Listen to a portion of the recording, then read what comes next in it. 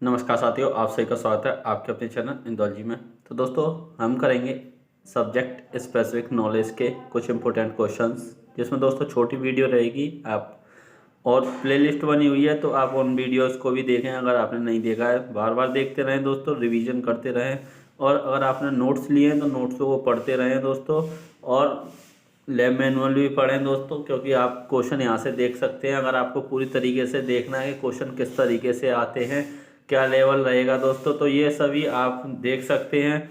जो हमारा practice set है वो हम आपको बहुत ही कम प्राइस में अवेलेबल करा रहे हैं दोस्तों, 50 रुपये में मात्र। तो आप उसको ले सकते हैं, इंग्लिश हिंदी दोनों लैंग्वेज में। ये दोस्तों उसी के क्वेश्चन हैं। तो अब हम यहाँ पर तो दोस्तों सभी क्वेश्चन आपको करा नहीं सकते, तो कुछ कुछ क्वेश्चन उसके लेकर आते हैं बस आपके लिए, तो जिससे कि आपको भी एक आइडिया हो जाए। तो दोस्तों, अब आप इन वीडियो क्वेश्चनों को सॉल्व करें और इनको पढ़ें दोस्तों।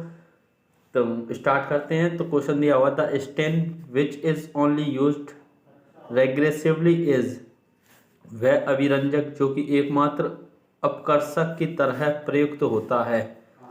मेयर्स हेमिलियम, लिच एलम, डेलीफील्ड एलम, ही डेन हैन एलम। तो दोस्तों, अब आपको बताना इसका सही आंसर क्या हो जाए। तो दोस्तों, जो भी आपको यहाँ पर टॉपिक मिल रहा है, चाहे आप कहीं से भी देखें दोस्तों, गूगल सर्च करें या जहाँ भी आपको पढ़ने को मिल जाए दोस्तों, उन सभी को आप इन टॉपिकों को पढ़ें जो कि यहाँ पर दिए हुए हैं दोस्तों। ये आपके लिए बहुत ही ज़्यादा हेल्पफुल रहेंगे। तो इसका सही आंसर हो जाए दोस्तों ऑप्शन डी। क्या हो जाए? Option D. तो दोस्तों, अब यहाँ पर आप दोस्तों ये प्रैक्टिस सेट लेंगे तो इससे ये है कि आपको एक आइडिया हो जाएगा कि क्या क्या कौन कौन से चैप्टर हमको पढ़ने, कहाँ से पढ़ना है, किस तरीके से पढ़ना है। तो अब इस क्वेश्चन को देखें तो ये दिया हुआ है Na पॉजिटिव, और ये बीच में जो सिंबल है दोस्तों ये लगा हुआ है। फिर K positive, pump is associated with, तो यानी कि passive transport, active transport, osmosis यानी परासरण, एमीशन यानी अंतःशोषण। तो दोस्तों, अब आप बताएं ये किस तरीके का है दोस्तों। तो ये हो जाएगा दोस्तों आपका ऑप्शन बी। क्या हो जाए? एक्टिव ट्रांसपोर्ट यानी सक्रिय परिवहन है दोस्तों। ये कैसा? Active transport. चलते नेक्स्ट पर। तो क्वेश्चन दिया हुआ है, what is true about sodium sulphate, यानी सोडियम सल्फेट के संदर्भ में क्या सत्य है। Is in insoluble in water, वह जल में घुलनशील नहीं है। It is white crystalline solid, वह सफ़ेद क्रिस्टलीय ठोस है। इट डिकम्पोजेस ऑन हीटिंग, वह गर्म करने पर विघटित होता है। और दोस्तों यहाँ पर वह श्वेत अक्रिस्टलीय ठोस है। It is white amorphous solid. दोस्तों, अब आपको बताना इसका सही आंसर क्या हो जाएगा। तो दोस्तों, इसका जो आंसर हो जाएगा वो आपका हो जाएगा क्या? Option B. It is white crystal solid. जो सोडियम सल्फेट होता है दोस्तों, वो कैसा होता है? सफ़ेद क्रिस्टल ठोस होता है दोस्तों। तो चलते हैं हम नेक्स्ट क्वेश्चन पर। तो क्वेश्चन दिया हुआ है, the specific heat of a metal is 0.16, it's approximate atomic mass would be. तो दोस्तों, अब आपको एटॉमिक मास बताना, तो किस तरीके से निकाल सकते हैं। एक दोस्तों ड्यूलैंग्स पेटिट लॉ होता है, वो कहता है क्या?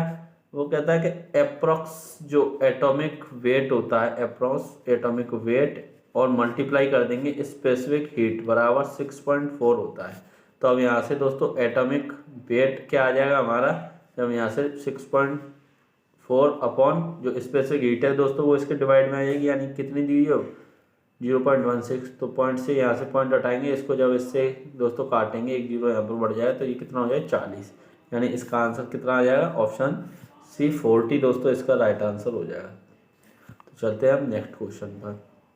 तो क्वेश्चन दिया हुआ है, टेलीविज़न पिक्चर ट्यूब आर, जो टेलीविज़न की दोस्तों पिक्चर ट्यूब होती है वो कैसी होती है, किस चीज़ से बनी होती है। कैथोड रे ट्यूब होती है, अल्फा पार्टिकल ट्यूब होती है, गामा पार्टिकल ट्यूब होती है, या एक्स रे ट्यूब होती है। तो दोस्तों इसका आंसर आप तो आसानी से दे सकते हैं, ज़्यादा टफ नहीं है। CRT होती है दोस्तों, यानी कि कैथोड रे ट्यूब बोलते हैं जिसको। अब यहाँ पर क्वेश्चन दिया हुआ है, element of group 16 are called, जो दोस्तों ग्रुप 16 के एलिमेंट होते हैं उनको हम क्या कहते हैं? Alkali metal, halogen, noble gas, चाल्कोजन। तो दोस्तों इनको हम क्या कहते हैं? तो इनको कहते हैं हम दोस्तों क्या? चालकोजन। जो 16 में होते हैं दोस्तों उनको चालकोजन कहते हैं, ऑप्शन डी। और दोस्तों जो 18 में होते हैं उनको नोबल गैस कहते हैं, और जो 17 में होते हैं दोस्तों उनको क्या कहते हैं हम, हेलोजन। 17 वाले हेलोजन, फ्लोरीन क्लोरीन ब्रोमीन वाले। और दोस्तों नोबल गैस 18 ग्रुप में हो जाएगा, जो कि आपकी नोबल गैस होती है दोस्तों कौन सी होती है, helium, neon, argon, krypton, xenon, radon. और चालकोजन दोस्तों ये 16 ग्रुप में होते हैं। तो अब हम चलते हैं नेक्स्ट क्वेश्चन पर। तो क्वेश्चन दिया हुआ है which of the following has a linear shape, which of the following has a linear shape, यानी कि निम्न में से किसका आकार रेखीय है। तो दोस्तों अब यहाँ पर ये दिए हुए हैं O3, SO2, NO2, NO2 positive. तो दोस्तों अब आपको बताना है इसका सही आंसर क्या हो जाएगा। तो दोस्तों इसका जो आंसर हो जाएगा वो आपका हो जाएगा ऑप्शन डी। क्या हो जाएगा, ऑप्शन डी दोस्तों इसका सही आंसर हो जाएगा ऑप्शन डी। यानी दोस्तों ये 2 इलेक्ट्रॉन रिलीज कर देगा। आप इसको बना सकते हैं, इसकी वैलेंस इलेक्ट्रॉन निकालें, इसके वैलेंस इलेक्ट्रॉन निकालें और फिर इसका फिगर बनाएं। और दोस्तों यहाँ पर दिया हुआ धातु की कमी के दोष वाला क्रिस्टल है, यानी कि the crystal which metal deficiency defect, यानी कि the crystal which with metal deficiency defect is, धातु की कमी के दोष वाला crystal FeO, NaCl, KCl, ZnO। दोस्तों इसका सही आंसर क्या हो जाएगा, FeO, यानी कि आयरन ऑक्साइड दोस्तों इसका सही आंसर हो जाएगा। चलते हैं नेक्स्ट क्वेश्चन पर।